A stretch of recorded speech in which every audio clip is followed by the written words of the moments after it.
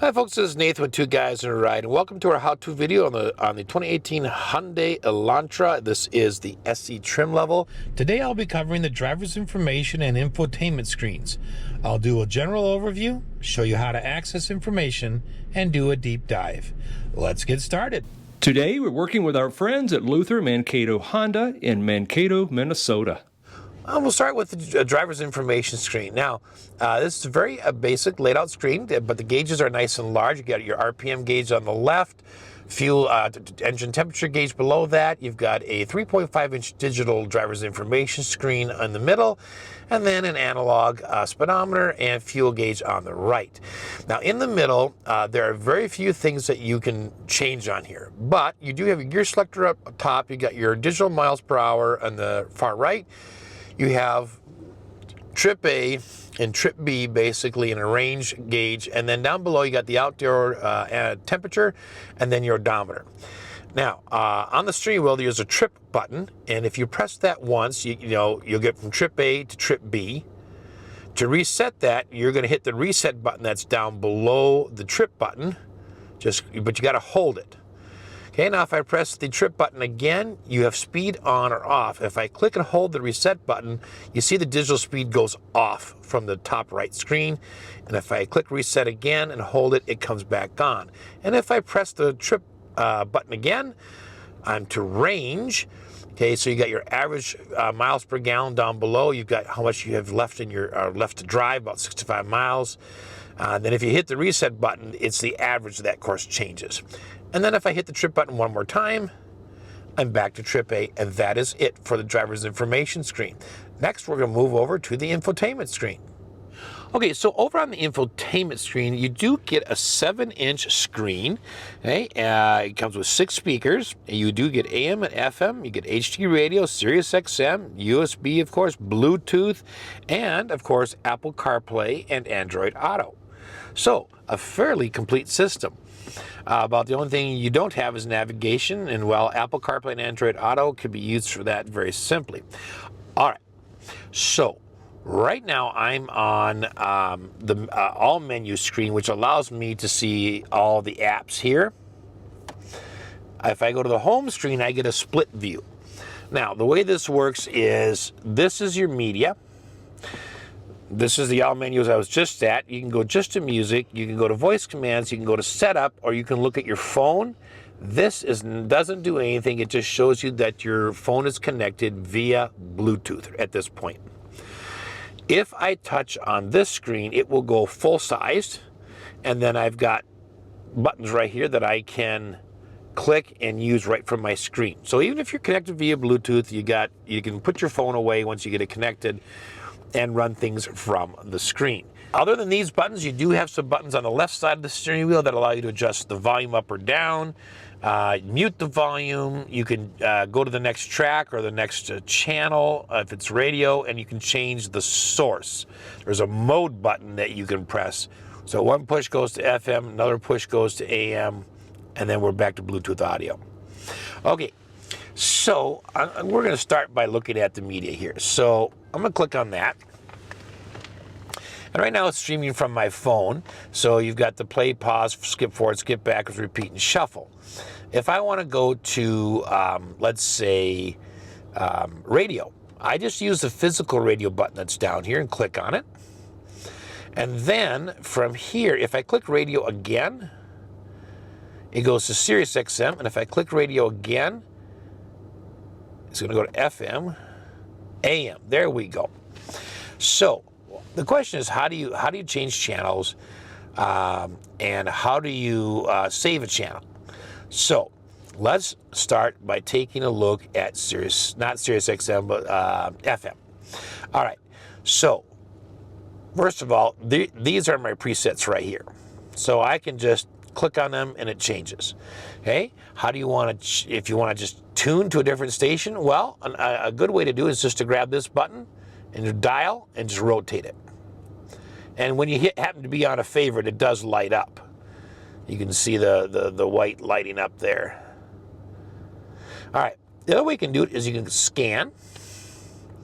Okay, and it's going to stir. So it's on a station right now, and in a few seconds it's going to skip forward. Yep, goes to the next station. And when you find something you like, you just hit scan again, and it stays on that station. You can click on the band here, FM, AM, or Sirius XM, to change that source. You can take a look at just the presets. So a number of ways to tune. So let's say you found a radio station, 101.7, don't know what it is, but to save it, you're going to just click and hold. And now it's a favorite. Now this is going to work the same for AM, which you can see looks exactly the same. You can turn on HD radio there. And it's going to work the same for Sirius XM. This does not have a subscription at this point, but if it did, you'd have that same, it'd work the same way. You would just have a channel list and a direct tune button. So now I'm going to go back to the home screen for a minute. So that was under radio. Now if I click on media, it's going to go right away to my Bluetooth audio. If I had a USB plugged in, that would show up as well. If I look under menu here, I can go to sound settings, and I can change the position, the tone, the priority, okay, backup warning priority, start volume limit, advanced. So they kind of mix a few things together here. Speed dependent volume control. The faster you go, or the noisier it is in the car, the louder the music gets, and the slower you go, then the softer it gets. It balances out in your ear, and you can always go to the default settings if you want. Okay, but that was right under menu, which means if I'm under radio and I hit menu, I get the same thing, sound settings. Okay, so let's move on to phone for a minute. So right now, I have my call history and contacts blocked from being downloaded to the car.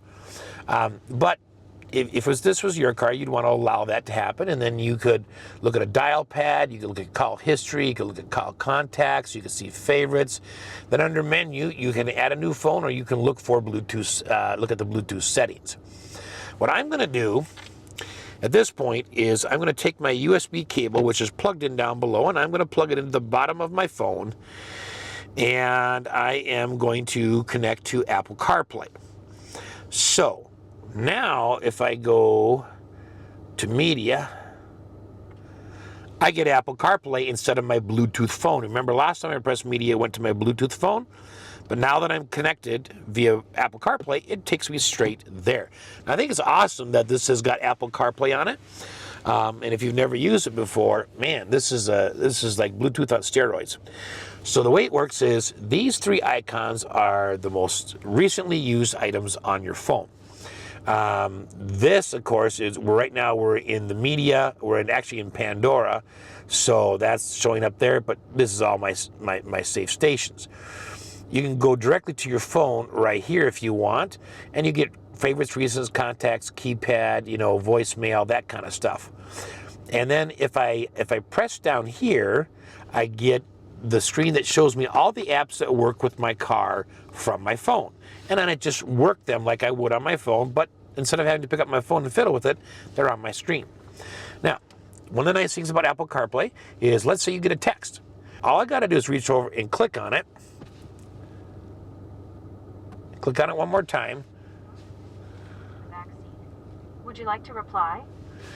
Yes. What do you want to say? I'm in the front seat. Your reply to Robert Edwards says I'm in the front seat. Ready to send it? Yes. Okay, it's sent.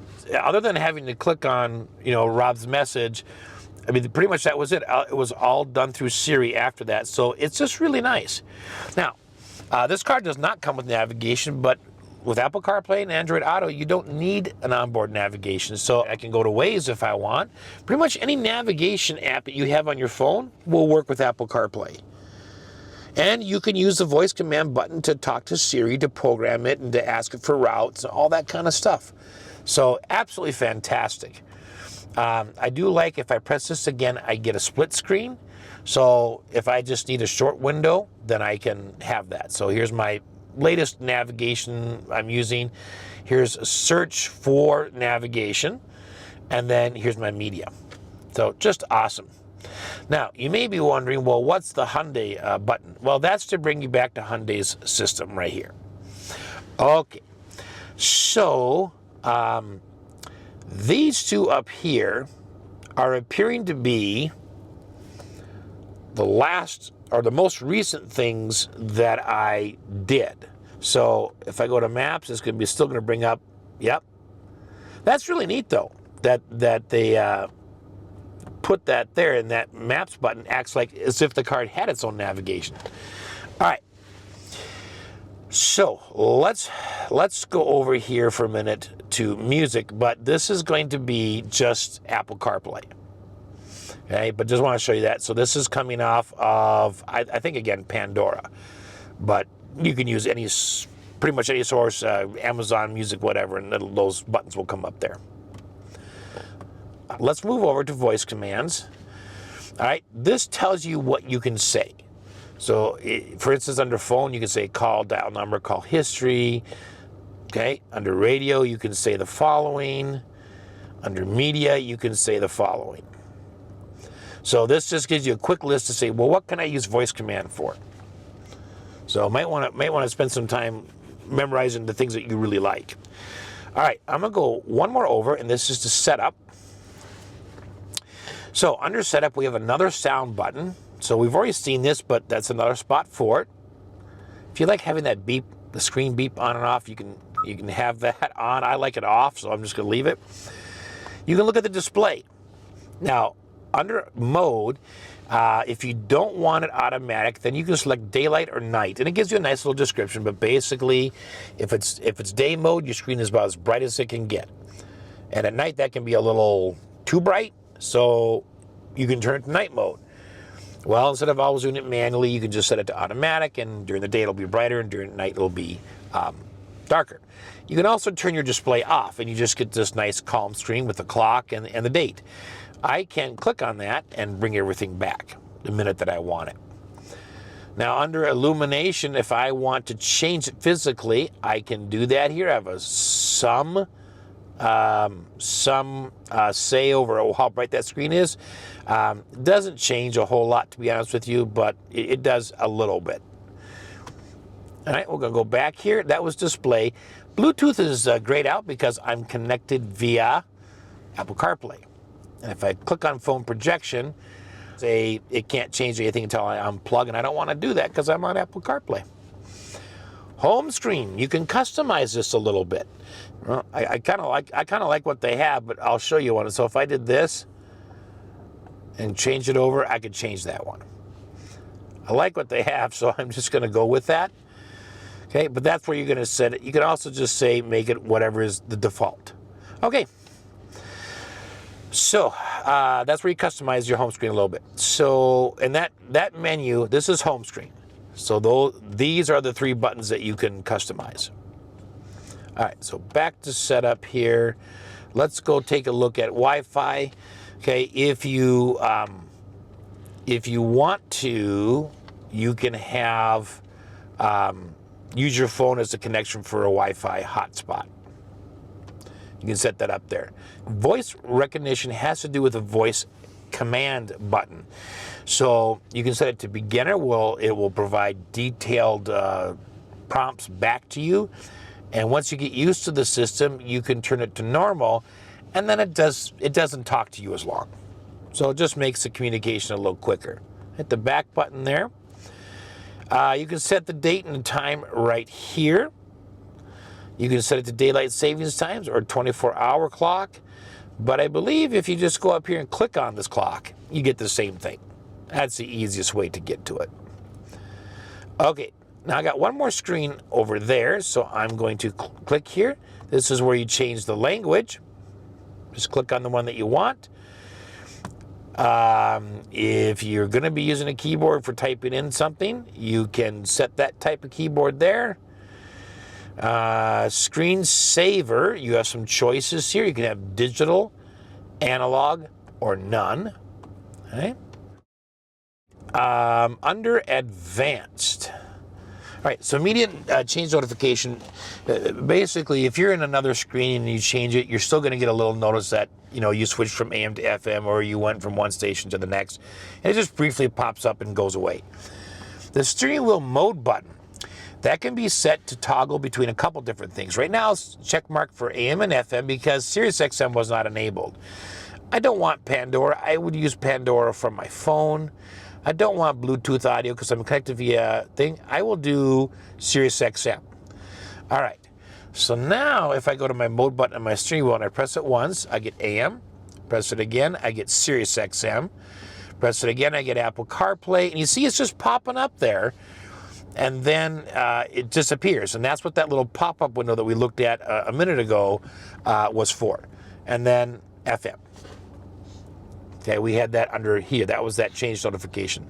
All right, let's go back. And I think that's it under advanced. So we'll go back here. We'll go to system info. And basically this is just, I'm not sure why you'd ever need to look at this, but there's basic techie talk for what's firmware and that kind of stuff. And then storage, okay, you do have some storage on here. You've got a total of 3,341 megabytes, which basically is like 3 gigabytes worth of storage. That's, you can store some things internally, and then I'll show you something in a minute, but you can reset everything to default. If everything goes wonky, then you can do that. Okay, I'm gonna hit back button for a minute. Now, okay, let's go back here for a minute. Okay, so you'll notice that I changed, under the earlier setting, I changed this to the default setting. So it shows My Menu, Apps, Info, and Setup. Under My Menu, there are some things you can customize. So for instance, it's just showing Pandora, but I can go in here to edit, and I can say I want AM, or see, I want FM. I'm gonna use Sirius XM. I don't want music, I don't want auxiliary. I do want Apple CarPlay. And that's about it. So now if I'm on this screen and I want to get to one of my sources, if I click on My Menu, I have the things that I most commonly use right there. So that's a nice way to have it.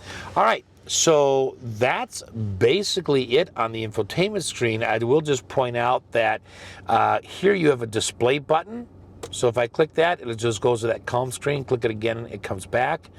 I can go right to setup from here.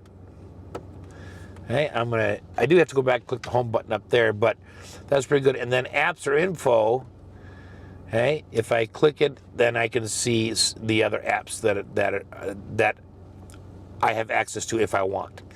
And then of course you do have seek or track buttons that are right built in here. Okay, otherwise, that is it for the infotainment screen on the 2018 Hyundai Elantra SE. I hope this has been helpful. Thanks for watching.